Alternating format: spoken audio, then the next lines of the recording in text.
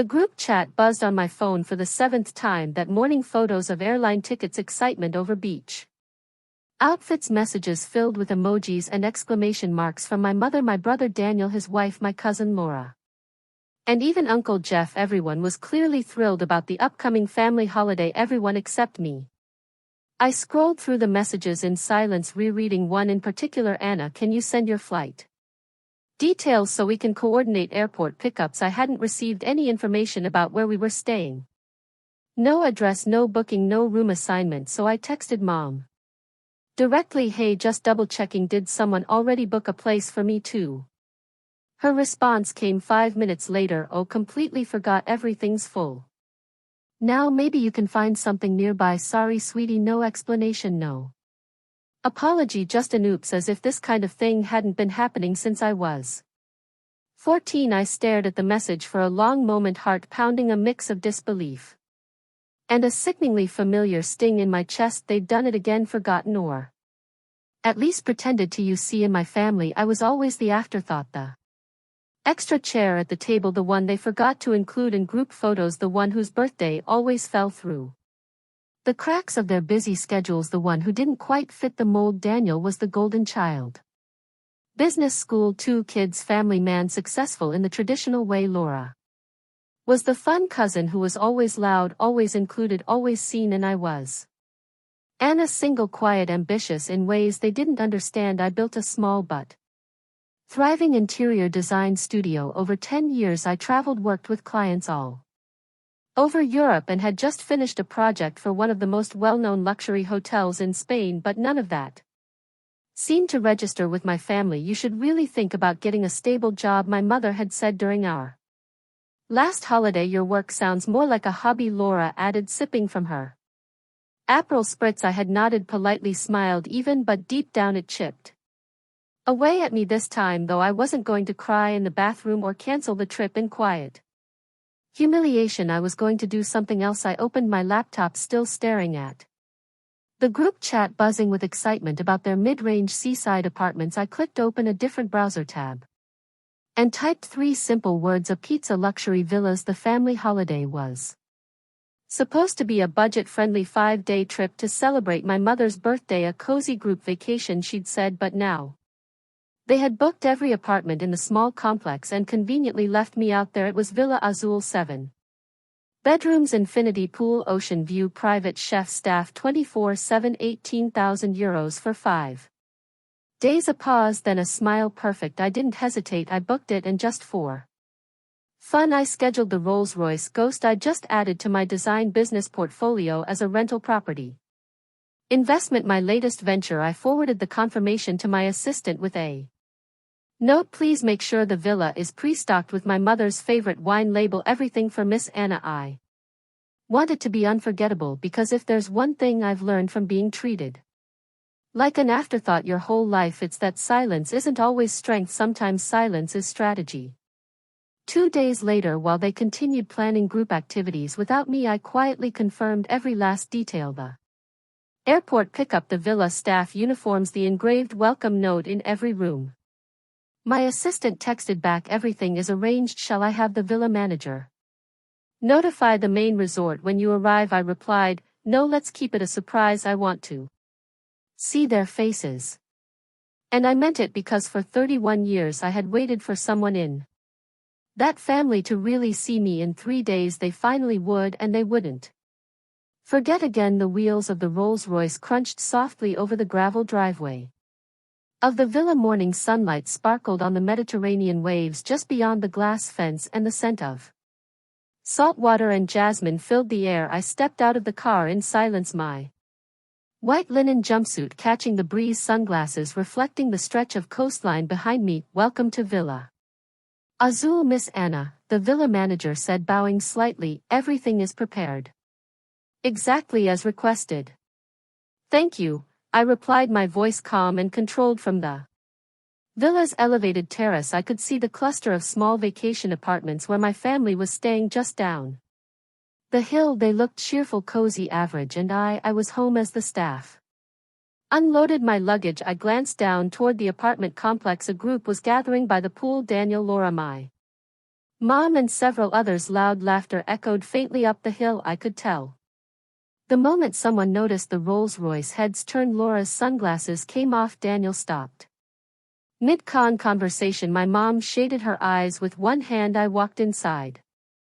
Without looking back, the villa was stunning. White marble floors, floor to ceiling glass walls, a gourmet kitchen with fresh fruit and champagne already chilled on the massive dining table, the framed photo of Mom from her 50th birthday party just as I'd requested, surrounded by her favorite flowers. The same Mom who had texted completely forgot, as if I were some distant cousin, not her daughter. I stood for a moment staring at the photo, then I walked over, picked it up and moved it. It didn't belong at the center anymore, not today. I gave them an hour to wonder, an hour to sweat, an hour to realize that the girl they thought they had dismissed, left behind, forgotten, had just arrived in a way they never expected. At exactly noon I descended the path toward the pool where they were gathered. The sound of clinking glasses and shallow conversation drifted up, but it all stopped when I rounded the corner. I took off my sunglasses and smiled. Hey everyone. There was a beat of stunned silence. My mother blinked rapidly. Daniel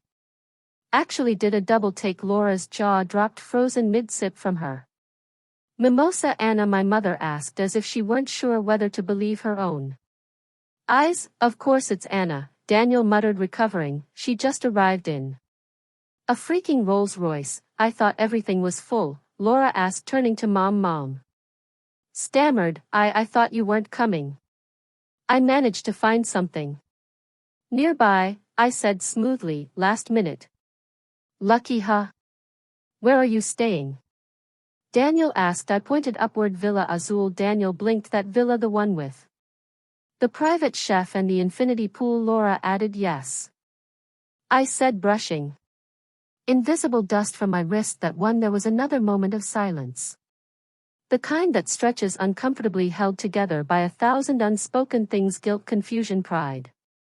Well, Mom finally said, forcing a smile, I'm glad you made it. We thought you'd be upset. Why would I be upset? I asked, looking directly at her. It's just a family holiday. You said you forgot. Laura tried to break the tension. Well, maybe we can all come see your place later. It sounds amazing. I'm sure you'll see plenty of it, I said casually. I've arranged a birthday dinner there tomorrow night. Everything's catered. Chef Julian's flying in from Barcelona. Mom blinked. You arranged dinner at your place? I smiled wider. Of course, it's your birthday. I wanted to make it special. Truthfully, it had nothing to do with making it special. It had everything to do with being seen. I had spent too many years watching Daniel's endless promotions being celebrated, Laura's new condos admired, everyone else's milestones paraded around like trophies.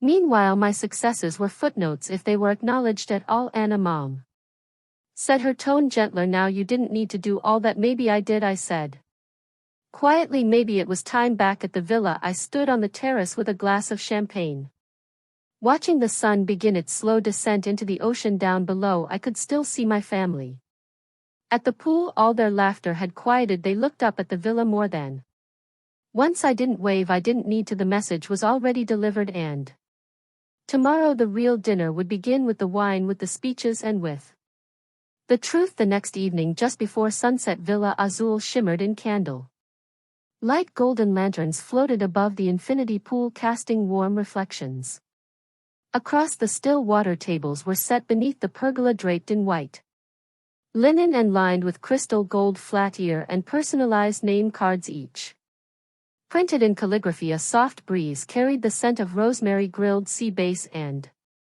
Mom's favorite dessert, lemon olive oil cake. The birthday dinner was ready. I stood near the entrance in a tailored silk dress, watching the staff make final adjustments. Behind me, the soft hum of a string quartet filled the air. The entire setup was elegant, intentional, sharp. I wanted it to feel like something they'd remember, because this dinner wasn't just a celebration, it was a statement. The Rolls-Royces arrived in sequence just as I planned, the same luxury fleet they had watched me step out of 2 days before. Now they were stepping into my world. Mom stepped out first in her favorite navy gown, one she'd worn for Daniel's company award gala last year. Dad followed, stiff in his linen jacket, glancing around the villa like he was still trying to piece it all together. Daniel and his wife Clutched hands, their faces blank but alert. Laura, as always, looked effortlessly composed until she saw the cake display is that flown in from Giacomo in Milan. She whispered. I smiled. Chef Julian made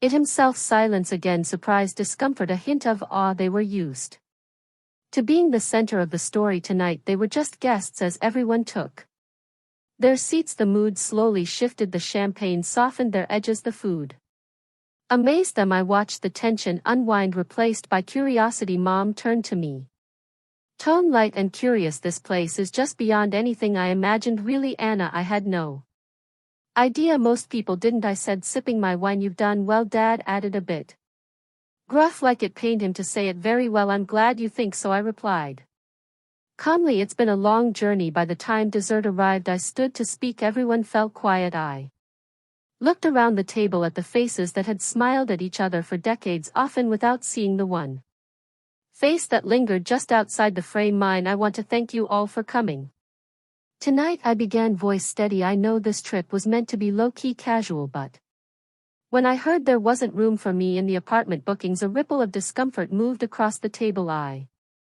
decided to make my own arrangements, something appropriate. A few half laughs, nervous, unsure of the tone. Mom shifted uncomfortably. Anna, we really didn't mean to exclude you. It was just forgotten. I know, I said, locking eyes with her. It's okay. It's not the first time. That stung more than I let on, but I didn't let my voice crack. I wouldn't give them that satisfaction. I used to think I had to earn a seat at this table by proving I was like the rest of you. I continued, by taking a safer path, by downplaying my choices, by accepting being underestimated. A long silence. But over the years I built something quietly. While you were all comparing promotions, bonuses, new mortgages, and Teslas, I was building a business that now serves clients across 6 countries. I'm not saying this for applause, I added as Laura's eyes flicked away. I'm saying this because I spent too long thinking your validation meant something I needed. I paused. But I don't. Not anymore. Mom spoke first. Her voice was small. Anna, we never wanted you to feel. I know, I interrupted. You never wanted me to feel left out. You just forgot me again and again. The honesty landed like a thunderclap. Daniel looked down at his napkin. Laura sipped her water without meeting my eyes. Dad stared straight ahead, jaw clenched. I took a breath and softened. But I forgive you, I really do. This dinner isn't about revenge, it's about rewriting the narrative. It's about finally stepping into the space I've always deserved to occupy. Anna, Mom said, her voice trembling. This is overwhelming. It's not meant to be overwhelming, I replied gently. It's meant to be seen. We ended the night with toasts and quiet conversation. Some avoided me. Others offered nervous compliments, but I didn't mind. I wasn't here for applause. I was here for closure, and maybe for the first time in my life I'd finally found it. Tomorrow I'd show them more, the studio, the clients, the Forbes mentioned. They'd never noticed, but for tonight I let the silence speak, because sometimes silence says, I don't need your permission anymore.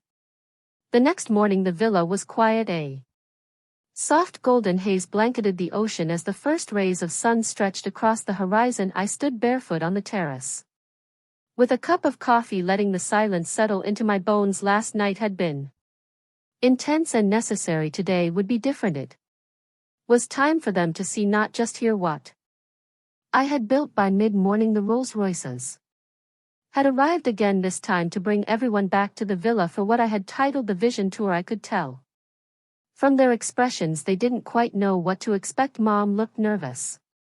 Dad guarded. Daniel whispered something to Laura, who shrugged but looked genuinely curious. I greeted them warmly. I hope you brought comfortable shoes. We'll be walking through 15 years of work today. We started in the great room where I had set up a series of tall panels, each one featuring a different project from my firm. There were luxury hotels, boutique apartments, celebrity homes. I had included design sketches, final photos, and notes from high-profile clients who'd offered permission to be named. Their eyes moved slowly over the displays. I saw Daniel stop at the plaque from NAS Traveler listing my firm as one of the top 10 visionary design studios in Europe. Mom paused in front of a photo of my work featured in Architectural Digest, a space she had once called too modern when I showed her an early draft years Ago I had no idea, she whispered. No, I replied gently. You didn't ask. From there we walked through the private studio wing of the villa, my real workspace. There I kept physical models, mood boards, client prototypes and timelines for upcoming projects. This is the expansion phase, I explained as we entered the long gallery room. In the past 3 years I've opened branches in Paris, Lisbon and New York. My work's now contracted through developers across 2 continents. Dad gave a low whistle. This is serious. Scale has been for a while, I said, walking to a large screen and turning it on. I've even been developing a software platform for real-time virtual interior staging. I enhanced, of course, launching next spring. Daniel leaned forward. That's really advanced. Who's funding this? I am, I replied. He looked stunned. I guided them to a wall I'd saved for last. It held 4 simple frames, each one contained an email or message from my family, dismissive, belittling, or simply indifferent. One was a forwarded message from Laura. Let's not ask Anna to decorate the lake house. She does weird stuff. Another was from Dad. Maybe it's time you thought about something practical. And next to each one a photo of the project that followed the message, the awards, the client testimonials, the revenue numbers. Silence fell. Mom stepped forward and touched the frame with her own message. We don't want to see you struggle anymore, sweetie. She turned to me, her eyes glistening. I thought I was helping. I know you did, I said, but it wasn't help, it was doubt wrapped in concern. We moved into the media room, where I had prepared a short film just 5 minutes long, a visual timeline of my journey, clips of me working in that tiny 1-room studio in Lisbon, snippets from client interviews, project unveilings, magazine covers, footage from when I was featured in a panel on design tech in Dubai. The final shot was a slow zoom out from my desk to reveal the entire global team I now employed. I looked around as the lights came back on. No one spoke for a moment, then Daniel let out a long breath. You built a legacy, Anna. Finally, the words I had waited years to hear. Afterward we walked back out into the sunlit courtyard. Mom took my hand. You weren't just making spaces beautiful, she said quietly. You were making space for yourself, for your dreams. I smiled. Exactly. That afternoon the family returned to their rental apartments in silence, taking folders I had prepared for them. Portfolios, investment briefs, notes from early projects they had ignored or laughed off. I didn't expect them to say sorry. I didn't need them to, but I wanted them to walk away knowing that while they had underestimated me, I had never underestimated myself. Later that evening I sat alone on the villa terrace as the sun dipped behind the cliffs, bathing the ocean in gold and rose. The soft hush of waves filled the silence, and I let the breeze calm my mind. The tour had gone exactly as planned, maybe even better, but I knew it wasn't over yet, because when people are forced to see you differently, they either evolve or retreat into old patterns. My phone buzzed. A message from Sarah, my assistant back in Lisbon. Just a heads up, Mr. Graham, your father is waiting at the villa entrance. Says he'd like to speak privately. Of course he did. I found him waiting near the edge of the garden, hands clasped behind his back, eyes fixed on the horizon, like he was about to deliver a business pitch. Not apologize to his daughter. Beautiful view, he said without turning it as he nodded slowly, then faced me. You've built something extraordinary, Anna. I'll admit that. Freely. I raised an eyebrow. Freely, he smiled faintly. Well, maybe not easily. You caught us off guard. That wasn't the plan, I replied, but the truth tends to do that. He looked at the villa behind me, the tall glass walls, the clean lines, the scent of lavender still lingering from the gardens. You've always been talented. I just never imagined it would scale like this, because it didn't fit your definition of success, I said, sharper than I intended. He didn't deny it.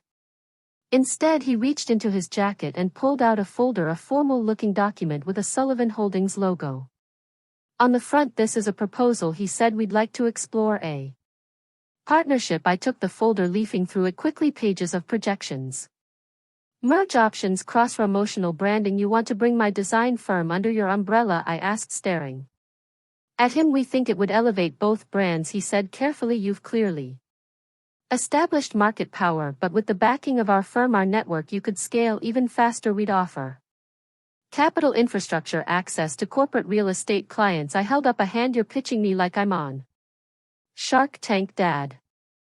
He paused. I'm trying to make amends in my way. My jaw clenched. Where was the support when I was designing apartments out of a €300 a month studio in Lisbon? When I showed you my first renders and you called them frivolous doodles when I asked you to invest €5,000 and you told me, quote, that's not a bet I'd take on my own. Child. His face flushed slightly. That was a long time ago. Not to me. We stood in silence for a long moment. The breeze shifted. Dad, I said finally, do you even like my work? He looked taken back. What, my style, my philosophy? Do you believe in it, or do you just believe in numbers now that I'm too big to fail? He opened his mouth, closed it. I'll be honest, I don't always understand it, but clearly others do. I smiled bitterly. There it is. I'm not looking to be absorbed, I said quietly. Not now, not by the firm that spent years politely dismissing my entire vision. He nodded slowly. So it's a no, it's a not yet? I corrected. Maybe we can work together on a specific project, a collaboration on my terms. He looked surprised, then thoughtful. That might work, and I'll send my lawyer the details of the licensing rights. I added, we do things transparently now. He chuckled a little bitter, a little proud. You've become formidable. I had to be. He turned to leave but paused. You've always been smart, Anna. I see that now. I'm sorry it took this long. I didn't respond. I simply watched him walk away across the stone path past the lavender beds, back toward the world that once never had room for me.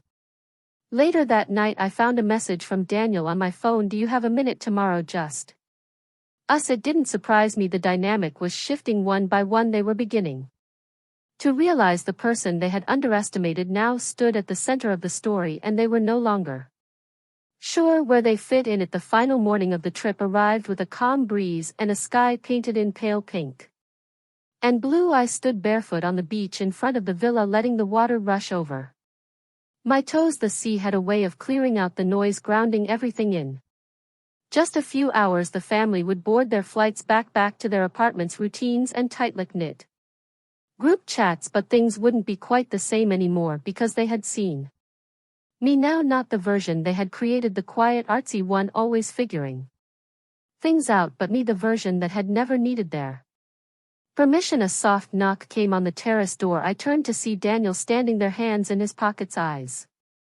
unreadable. Walk with me, he asked. We strolled the edge of the water in silence for a minute. I owe you an apology, he said at last. I think I always believed I was protecting you when I doubted you.